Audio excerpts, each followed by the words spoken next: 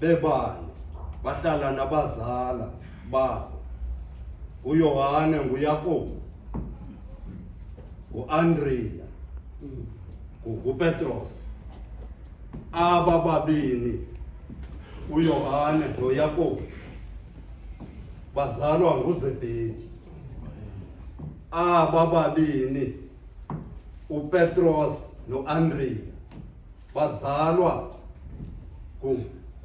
bazalwa uYona ngonyana bakaYona aba babini ngabaseBhetsaida apho basuka khona kodwa bakhulela lapha eKapanahum bakhula bonke abanye ngabazala kwabanye kodwa ngoku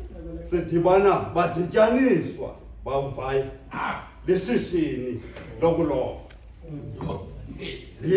ile business leyenza uba babe lapha bonke kodwa ngoku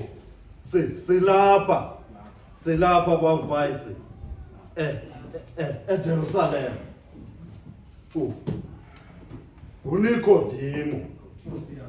uNikodimo uxoxa apha bawuvayisi ngezulu ngokwabo uNikodimo uthetha noYesu uNikodimo siyamazi bawuvayisi uba uNikodimo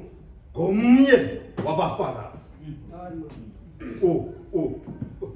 abaFarisi ngabantu abagada umthetho etyalikeni umthetho obekwa ngababhali uNikodimo ukwi-top executive apha kule ndawo sixoxa kuyo into yenzeka apha bawuvayisi bekunecawe mini kushunyayela kusenzeka izinto uNikodimo wazibona ngokwakhe ezi zinto wathi xa ebona waqonda uba makathule uzo-allocata ixesha lakhe lokuthetha noYesu uNikodimo usuka apha ngobusuku washiya ifemeli yakhe washiya ingubo zakhe ezintofotofo ngenxa yento ayibone emini isenzeka ufika uNikodimo afika apha kuYesu athi siyazi ukuba ungumfundisi ungumfundisi ngoba akho nomnye umuntu ndibabonile abantu bebekhona kodwa akekho onokwenza le nto akekho umfundisi okunokwenza le miqondiso ngoba uNikodimo uyayazi imiqondiso uyibone ngokwakhe ngoba uyazi ngezolo ubephilise wenza umqondiso watshintsha iwayini eKana uYesu uNikodimo uzongqina loo nto ngokufika esithi siyazi lithi izulu xa liphendula limnika i-requirements izulu lithi umntu engazalwanga ngokutsha akanobubona ubukumkani bamazulu umntu ongazalwanga ngokutsha uNikodimo aqhubeka abuze bawuvayisi uNikodimo ngoba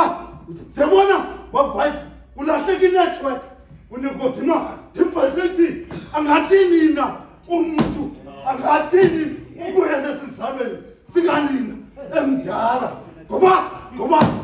ilanguage elapha yeyezulu ayiviwa noba ngubani ngoba izulu lisanelanguage yezulu ngokwapha uNikodimo yena ubambe ilanguage yemhlaba lithi izulu kufuneka uzalwe ngokutsha uba funeka uzalwe ngomoya uphinde uzalwe ngamanzi ukuze ububone ubukumkani bamazulu bavayisi nathi apha bavayisi nathi siyayazi imiqondiso akho nomnye ubaba ongenawo umqondiso akawayenzelwa lizulu akho nomnye ubaba vayisi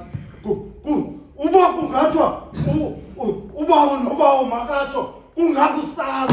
ungakusasa bawufayisi sonke sinayo imiqondiso bawufayisi indoda eneqhenqa ingayingqina le nto ithethwa nguNikodimi ingayingqina indoda eneqhenqa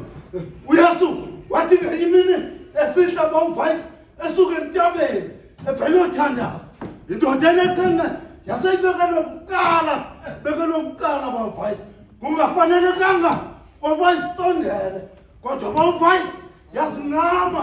yancama impilo yayo bawufayisi ngoba yayisazi uba ingabulawa ngoba umntu oneqhenqa xa ehamba kwesitrato sasivalwa for 7 days ngokubane lockdown zonke sinayo imiqondiso ndicela bobawo kuYesu Kristu inkosi yethu ndicela bobawo sibiziloyana ubawufayisi enyuka bisi